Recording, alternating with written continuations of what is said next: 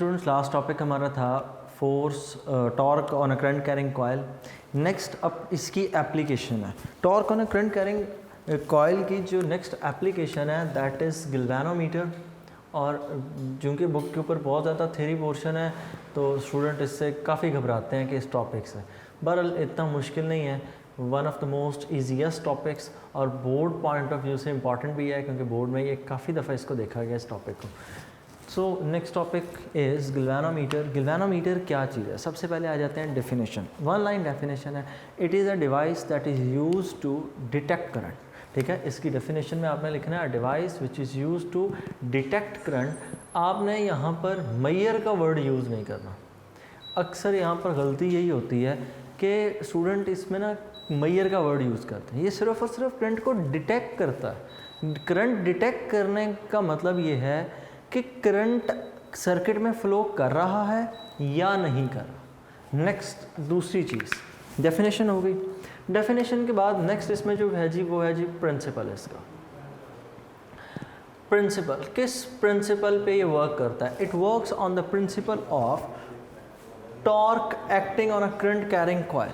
तो अगर मैं उस प्रिंसिपल को यहाँ पर सिंपली स्टेट करूँ तो उसका फॉर्मूला लिख देते हैं कि torque is equal to N I B A cos of angle theta या अल्फा। एंगल को आप जिससे मर्जी रिप्रेजेंट कर लें। Where N is the number of turns, I is the amount of current flowing to the coil, B magnetic field strength, A area of the coil and cos of angle theta. और cos of angle theta क्या चीज़ है? The angle between the magnetic field strength and the coil. Next चीज़ आ जाते हैं जी इसकी construction. Next आ गई इसकी कंस्ट्रक्शन। और जब कंस्ट्रक्शन की बात हो तो साथ इसके एक डायग्राम भी बहुत ज़रूरी है।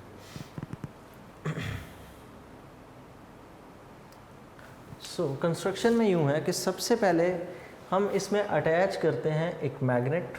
एक तो पहले इसका बेसिक फ्रेम है ना, वो फ्रेम इसका यू शेप फ्रेम है और इस यू शेप फ्रेम के साथ हमने अटैच कर रखे हैं मैग्नेट्स। एक तरफ मैग्नेट का नॉर्थ पोल है, यहाँ कहीं पर हम ड्रॉ कर लेते हैं जी ये मैग्नेट का नॉर्थ पोल है। और दूसरे एंड पर यहाँ कहीं पर ये जी मैग्नेट का है साउथ पोल।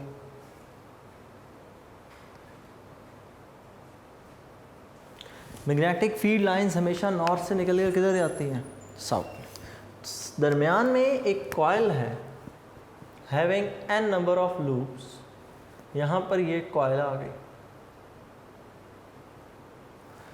इस कॉयल को हमने करंट प्रोवाइड कर रखा है और करंट प्रोवाइड करने के लिए हमने इसके साथ जो स्ट्रक्चर अटैच कर रखा है वो कुछ यूँ है कि यहाँ से एक वायर है जो इस तक करंट लेकर आ रही है और इस वायर के ऊपर यहाँ पर लगा हुआ है मिरर। ये है मिरर और इस मिरर के ऊपर यहाँ पर एक और वायर है जिसके लिए हम लिखते हैं एफ, फाइन मेटालिक थ्रेड। ठीक है, तो कंस्ट्रक्शन के अंदर मैं लिख देता हूँ इसको। सबसे पहले यहाँ पर और यहीं पर हमारे पास ये टर्मिनल है, इस टर्मिनल को हम नाम देते हैं ओ और यहाँ पर ये ऊपर अटैच होता है। ये वाला पोर्शन ऊपर हमने फिक्स कर रखा होता है और इसके साथ ये फाइन बिल्कुल बारीक सा थ्रेड होता है इन अ सेंस मेटालिक वायर का। तो F stands for fine metallic thread, fine metallic thread.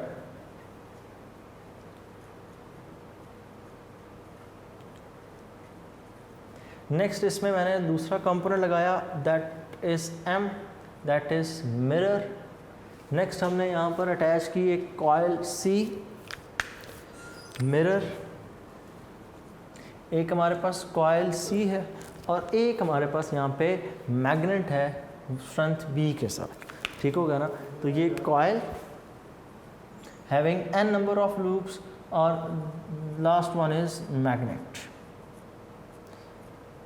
और भी चीज़ें हैं कुछ। कॉयल के नीचे वाले एंड पे जाए। अच्छा ये याद रखिएगा ये वाला टर्मिनल यहाँ पर हम इसको बुक पे नाम दिया है O और इस टर्मिनल को हम लिखते हैं कि ये इनपुट टर्मिनल है कि यहाँ से ही हम करंट एंटर करते हैं और ये करंट यहाँ से फाइन मेटालिक थ्रेड से होता हुआ कॉयल तक आता है और कॉयल में से पास करने के बाद नीचे एक वायर में पहुंच जाता है और इस वायर के नीचे बिल्कुल एंड पे एक स्पाइरल रिंग लगा हुआ है, आप यूँ कह लें एक स्प्रिंग लगा हुआ है, ठीक है।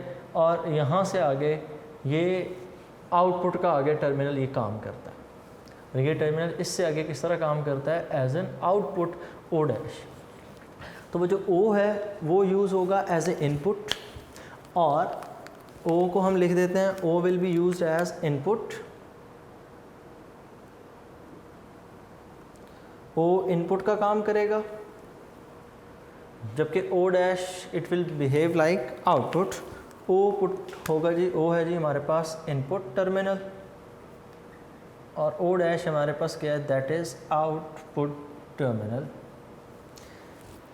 इस स्पाइरल रिंग का काम क्या है, इसको हम सीखेंगे वर्किंग में आगे चल के। ये बार ये एस है यहाँ पर स्प्रिंग,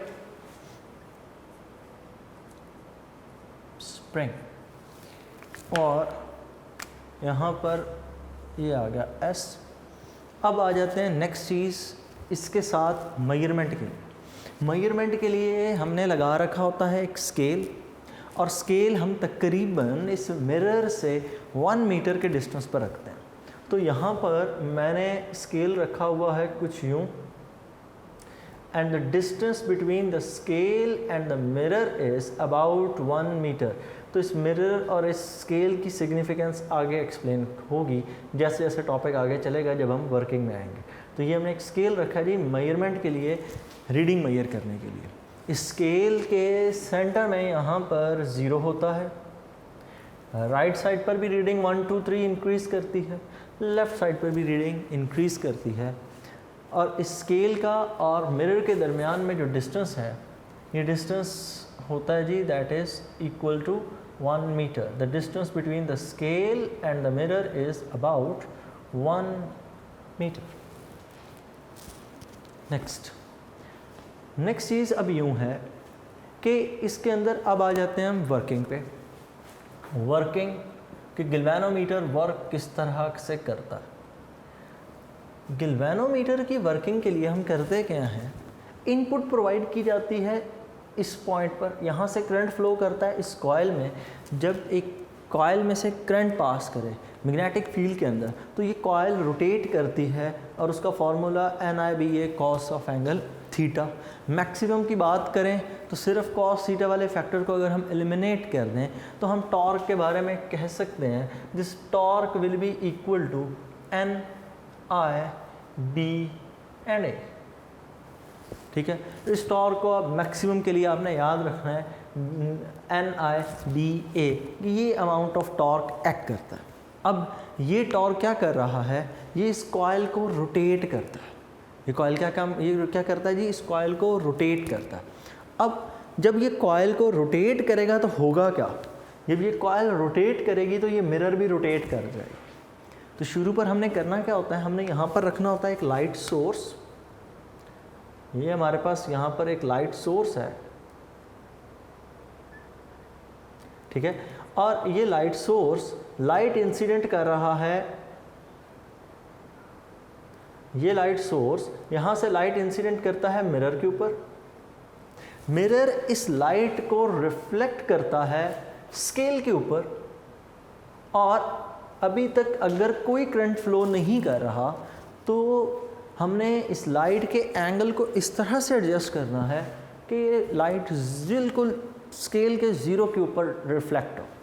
नेक्स्ट, जब आपने इस कॉइल में से करंट पास करवाना है, this coil will rotate, there will be a turning effect in it, and when there will be a turning effect वो मिरर भी रोटेट कर जाएगा। जब वो मिरर रोटेट करेगा, क्योंकि कॉइल ऊपर अटैच है इस थ्रेड के साथ, तो मिरर रोटेट करेगा तो लाइट डिफ्लेक्ट कर जाएगी। And when this light will deflect, तो लाइट 0 से लेफ़्ट साइड पर या 0 के राइट साइड पर मूव करेगी, और जितनी वो मूव करेगी उसी हिसाब से, मूवमेंट के हिसाब से हम करंट की डायरेक्शन भी पता कर लेंगे और करंट डिटेक्ट भी कर लेंगे, क्योंकि डिफ्लेक्शन होने का मतलब ये है कि करंट पास कर रहा है। तो ये है पुराना तरीक़ेकार। मॉडर्न जो हम आजकल लैब के अंदर इंस्ट्रूमेंट यूज़ करते हैं, द गैल्वेनोमीटर, उसके अंदर 2 स्पायरल रिंग लगे होते हैं, वो क्लॉकवाइज और एंटी क्लॉकवाइज घूमते हैं तो नीडल स्केल के ऊपर रोटेट करती है, तो वहाँ से मेजरमेंट हो जाती है। ये पुराना मेथड है कि ये आपने रखा हुआ स्केल और यहाँ पर ये आपने रखा हुआ जी लाइट सोर्स, तो लाइट सोर्स की मदद से हम इसको मेजर कर लेते हैं, डिफ्लेक्शन की मदद से। बहरहाल टॉर्क प्रोड्यूस हुआ NIBA, ये टॉर्क कॉइल को रोटेट करवा रहा है और कॉइल को रोटेट करवा कर मैं कह देता हूँ लेट्स सपोज वो कॉइल को इस डायरेक्शन में लेके चल पड़ा। अब हमें कॉइल करंट डिटेक्ट कर लेने के बाद हमें कॉइल अपनी ओरिजिनल पोजीशन पर भी चाहिए, तो एक दूसरा टॉर्क एक्ट करता है जो इस कॉइल को वापस लेकर जाता है, that is called torsional torque, torsional effect कह लें। तो ये जो टॉर्शनल इफेक्ट है ये क्या करेगा, ये इसको वापस लेकर जाएगा, ठीक, कि कॉइल जो रोटेट हुई उस रोटेट हुई कॉइल को वापस लेकर जाएगा। सपोज़ आपके पास कोई पेज है, लेट्स सपोज हमारे पास ये एक पेज है, इस पेज को मैं थोड़ा सा रोटेशन देता हूँ लाइक दिस, मैंने यूँ रोटेट किया इसको, तो जैसे मैं रिलीज़ करूँगा ये अपनी ओरिजिनल पोजीशन पे वापस आ जाता है। फिर इसको देख लें, यूँ रिलीज़ करेंगे अपनी जगह पर वापस। सेम ऐसा ही इस कॉइल के साथ भी होगा, जब ये कॉइल रोटेट करेगी तो ये स्पायरल रिंग इसको वापस भेजेगा, तो वो टॉर्शनल इफेक्ट होगा। And that torsional effect will be equal to, that torsional effect should be equal to, will depend upon, ये डिपेंड किस पे करेगा, एंगल पे करेगा। एंगल पे किस तरह, अगर मैं थोड़ी सी डिफ्लेक्शन करूँगा थोड़ी सी इफेक्ट आएगा, अगर मैं ज़्यादा डिफ्लेक्ट करता हूँ, ज़्यादा एंगल पे इसको टर्न करता हूँ, ज़्यादा इफेक्ट आएगा। तो ये डिपेंड किस चीज़ पे कर रहा है, एंगल के ऊपर, कि आप कितना एंगल रोटेट करते हैं। तो ये जो टॉर्शनल इफेक्ट है इसको मैं I का नाम दे देता हूँ, इसको मैं F का नाम कह लें, टॉर्शनल इफेक्ट को। तो it will be directly proportional to angle theta, और यहाँ पर TF will be equal to C theta. यहाँ पर ये C क्या चीज़ है, यहाँ पर ये टॉर्शनल कांस्टेंट है, this C is torsional constant. Proportionality को आपने ख़त्म कर दिया और ख़त्म कर कर उसकी जगह पर लगाया constant, this T is torsional constant. Next, अब अगर कॉइल इक्विलिब्रियम में हो, if coil is in equilibrium, if coil is in equilibrium, अगर कॉइल इक्विलिब्रियम में हो, then this initial torque that is rotating the coil, वो कॉइल को क्यों रोटेट कर रहा है, क्योंकि कॉइल में से करंट पास कर रहा है, और ये उसको वापस क्यों लेकर जा रहा है, क्योंकि जब करंट ख़त्म हो गया, आपने पास करा के चेक कर लिया, तो ये वापस उसको उसकी ओरिजिनल पोजीशन पर लेकर जाएगा। So this TF should be equal to C theta. तो in equilibrium torque I should be equal to torque F, ये दोनों आपस में इक्वल होने चाहिए। और अगर इन दोनों की हम वैल्यूज़ पुट करें तो TI ये इक्वल है NIBA and which is equal to C theta. यहाँ से अगर मैं वैल्यू फाइंड करूँ C की, तो this torsional constant C is equals to NIBA over theta. तो यहाँ से हमने अब डिफाइन करना है next sensitivity of the galvanometer, मतलब हमने गैल्वेनोमीटर को सेंसिटिव बनाना है कि थोड़ा सा भी करंट पास करे डिटेक्ट करे। तो नेक्स्ट चीज़ आ गई वर्किंग के बाद अब आ गए हम नेक्स्ट चीज़ पर, sensitivity of the galvanometer. Sensitivity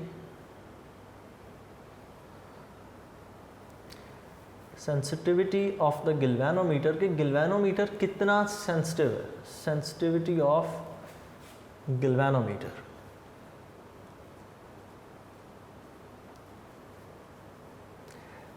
अब गैल्वेनोमीटर की सेंसिटिविटी इसलिए चाहिए कि थोड़ा सा भी करंट पास करे तो गैल्वेनोमीटर डिफ्लेक्शन शो करे, बिल्कुल एक माइन्यूट अमाउंट ऑफ करंट भी पास करे तो वो डिफ्लेक्शन शो करे। क्यों? क्योंकि उसका काम ही यही है कि उस डिटेक्शन, अगर वो एक बहुत छोटे करंट पे डिटेक्ट नहीं कर रहा तो हमारे किसी काम का नहीं।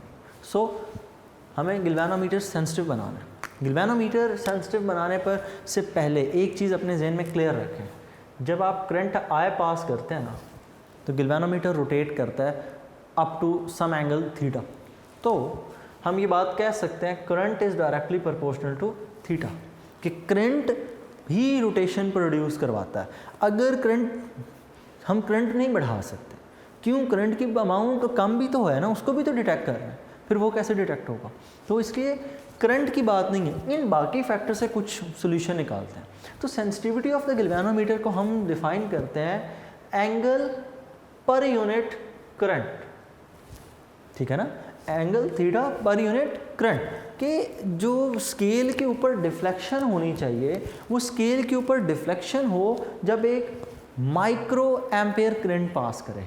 1 millimetre deflection on the scale when current is 1 micro ampere, at least 1 micro ampere. तो इसको मैं प्रॉपर डिफाइन कर देता हूँ। This theta over I is called sensitivity, this theta over I is called sensitivity of the galvanometer, and it is defined as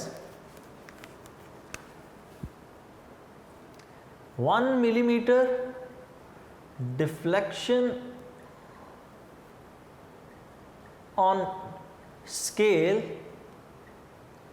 which is placed 1 meter away, placed 1 meter away from the coil as a current of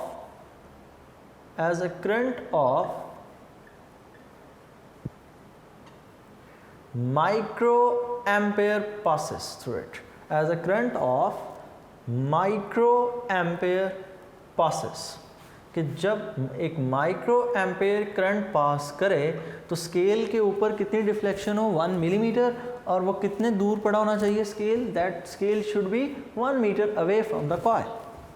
next, this theta over I को अगर हम इस फॉर्मूले से calculate करें, this theta over I will be equal to, मैं theta को shift कर रहा हूँ वहाँ पर, आई लाकर कर रहा हूँ divide, theta over I will be equal to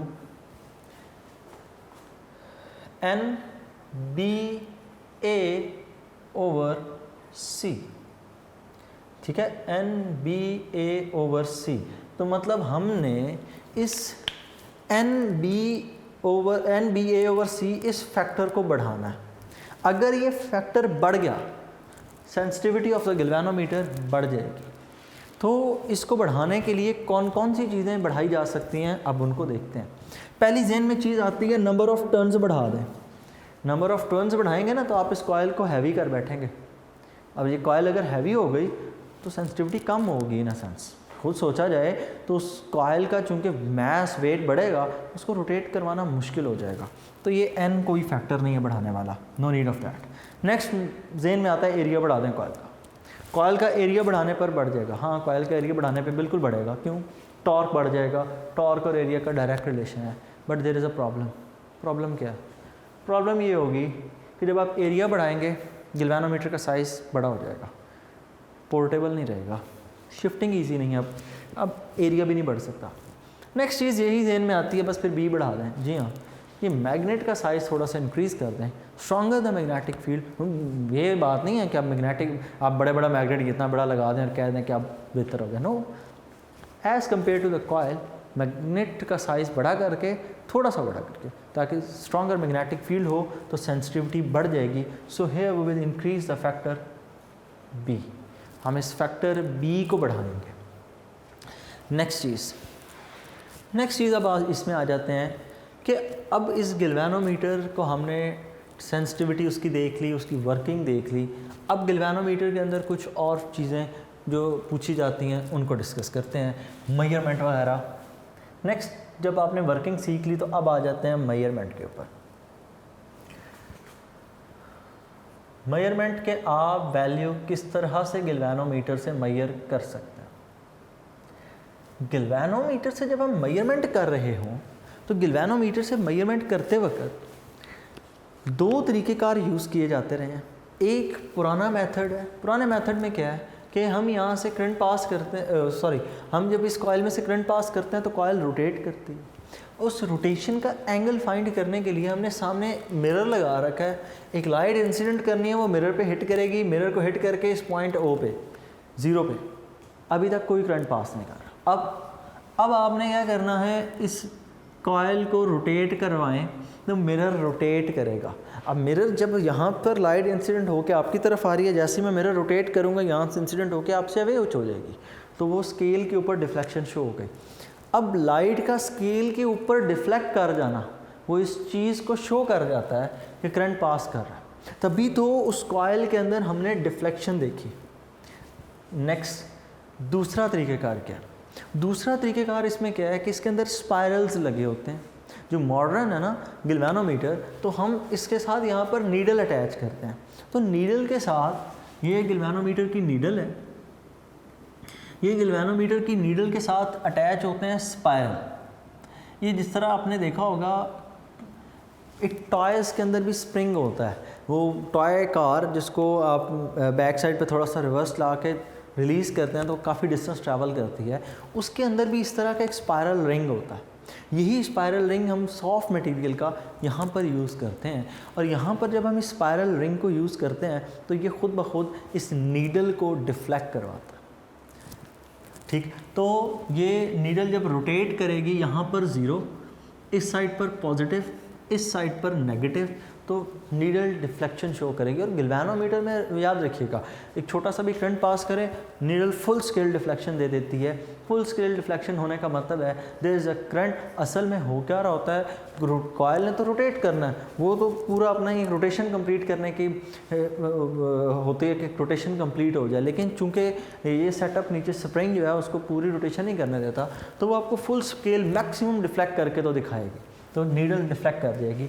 needle का पॉजिटिव और नीडल का नेगेटिव साइड पर डिफ्लेक्ट करना करंट की डायरेक्शन को इंडिकेट करता है। मतलब अगर तो आपने टर्मिनल्स को ठीक से अटैच किया है फिर तो पॉजिटिव, अगर आपने टर्मिनल को उल्टा अटैच कर रखा है फिर वो रिवर्स साइड पर डिफ्लेक्शन शो कर देगी। नेक्स्ट आ जाते हैं गैल्वेनोमीटर में जो प्रॉब्लम्स आते हैं। गैल्वेनोमीटर को यूज़ करते वक्त जिस चीज़ का आपने ख्याल रखना है वो आप इसको कह लें प्रिकॉशन।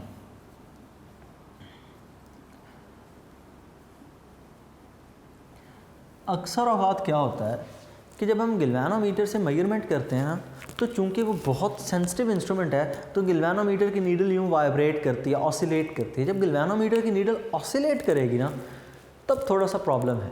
क्यों? क्योंकि वो ठीक मेजरमेंट नहीं करेगा नेक्स्ट टाइम। क्योंकि अगर वो गैल्वेनोमीटर को आपने ऑसिलेट कर रही है, नीडल कहीं यहाँ पर है, आपने एक एक्सपेरिमेंट बहुत तेज़ी से अगला परफॉर्म करना है, आपने फिर वही गैल्वेनोमीटर अटैच कर दिया, अब नीडल यहाँ से आगे मूव करेगी तो वो रीडिंग आपको ठीक मेजर नहीं होगी। जब रीडिंग ठीक मेजर नहीं होगी तो हमारे रिज़ल्ट्स ख़राब हो गए। तो इसके लिए प्रिकॉशन ये है कि आप वेट करें थोड़ा सा ताकि नीडल एक दफ़ा सेंटर में आ जाए, और हमें यही इसकी मेन प्रिकॉशन है। और दूसरा कोशिश कीजिए करें कि गैल्वेनोमीटर के ऊपर रेंज भी मेंशन होती है, तो उस रेंज से ज़्यादा करंट पास ना करवाएं, क्योंकि ये बहुत फाइन थ्रेड है और अगर बहुत ज़्यादा फोर्स है की तो इस कॉइल के टूटने के चांसेस होते हैं। अक्सर लैब में ऐसा हो जाता है कि वो नीडल ऑफ द गैल्वेनोमीटर टूट जाती है। उसके टूटने के पीछे वजह ही यही है कि उसकी रेंज से ज़्यादा करंट पास ना करें। हर गैल्वेनोमीटर की एक रेंज होती है, क्योंकि ये जो कॉइल है इसके दरमियान में फोर्स और वो सारे फैक्टर्स हमने ज़हन में रखने होते हैं, तो इसलिए उस चीज़ को आपने ज़रूर नोट करना है। तो ये 2 प्रिकॉशंस हो गई। नेक्स्ट इसमें आखिरी चीज़ एक लिखी हुई है, that is dead beat galvanometer.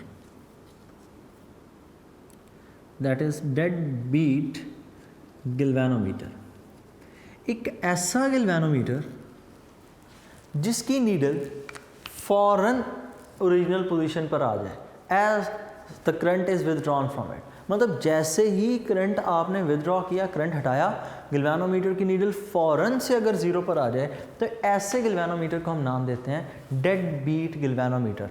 Normally जो हम यूज़ करते हैं उसमें क्या होता है, नीडल डिफ्लेक्ट करती है, ऑसिलेट करती है।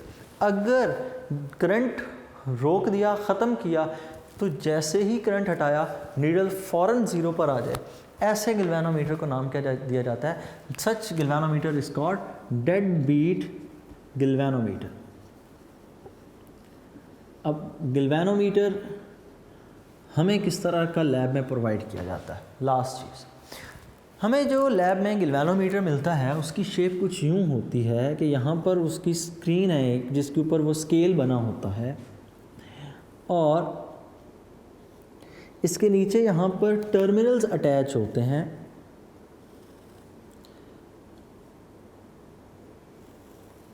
ठीक है, इसके नीचे यहाँ पर टर्मिनल्स अटैच होते हैं, इन्हीं टर्मिनल से इसकी मेजरमेंट होती है। और यहाँ पर इसका कुछ यूँ बेसिक सा इसका स्ट्रक्चर है, ये यूँ एक बॉक्स सा बना होता है,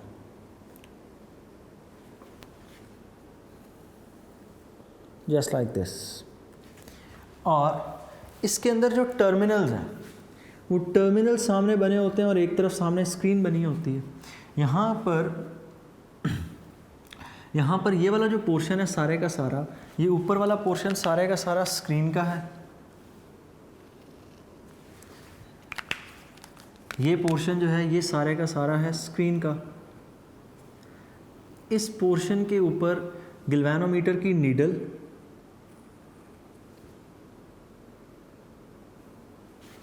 इस पोर्शन में सारी की सारी जी क्या होती है जी, गैल्वेनोमीटर की नीडल। स्केल बना होता है पॉजिटिव से नेगेटिव, यहाँ पर दरमियान में लिखा होगा 0, यहाँ पर कुछ लाइंस होंगी, यहाँ पर पॉजिटिव में मैक्सिमम, यहाँ पर इस तरह की लाइंस, और लेफ़्ट साइड पर नेगेटिव में मैक्सिमम, दरमियान में यहाँ पर एक नीडल जो कि वैल्यू शो करेगी, और यहाँ पर नीचे बने होते हैं टर्मिनल्स। यहाँ पर लगे होते हैं जी इसके टर्मिनल्स 1 और ये टर्मिनल 2 इनपुट के लिए। एक को हमने कलर दिया होता है रेड, दूसरे को हमने कलर दिया होता है ब्लैक। तो अगर उसी तरह से बना दें तो यहाँ पर एक हम शो करते हैं रेड से, दूसरा जो हम शो करते हैं वो हम शो करते हैं जी ब्लैक से। तो इससे आपको अंदाज़ा रहता है कि लाइव वायर कहाँ पर अटैच करनी है और न्यूट्रल वायर। तो ये जो रेड वाला है इसके लिए हम यूज़ करते हैं लाइव वायर के लिए, और ये जो ब्लैक वाला है that is use for neutral wire. ठीक हो गया। अगर लाइव वायर लाइव में अटैच हो, न्यूट्रल वायर न्यूट्रल वायर में अटैच हो, तो डिफ्लेक्शन पॉजिटिव की साइड पे, राइट साइड पे, और अगर आप उल्ट कनेक्शन कर दें तो डिफ्लेक्शन किस तरफ हो जाएगी, लेफ़्ट साइड पर, नेगेटिव वाली साइड पर। बोर्ड पॉइंट ऑफ व्यू से इम्पॉर्टेंट टॉपिक ये, इसको अटैम्प्ट करने का प्रॉपर तरीका कि स्टेप बाय स्टेप सारी चीज़ें लिखी जाएँ। सबसे पहले डेफिनेशन, उसके बाद प्रिंसिपल, उसके बाद कंस्ट्रक्शन में एक एक चीज़ एक्सप्लेन करनी है, उसके बाद एक प्रॉपर डायग्राम बेसिक स्ट्रक्चर की, और प्रिंसिपल उसका एक्सप्लेन करें। फिर उसके बाद सारे के सारे प्रूफ्स, फिर डिस्कस करें कि गैल्वेनोमीटर की सेंसिटिविटी से क्या मुराद है, और देन उसकी मेजरमेंट, फिर प्रिकॉशंस, और लास्ट है जी डेड बीट गैल्वेनोमीटर कि डेड बीट गैल्वेनोमीटर क्या होता है, और एंड पे आपने उसकी ये डायग्राम बनाने की ज़रूरत नहीं है, ये सिर्फ आपके नॉलेज के लिए। अल्लाह हाफ़िज़।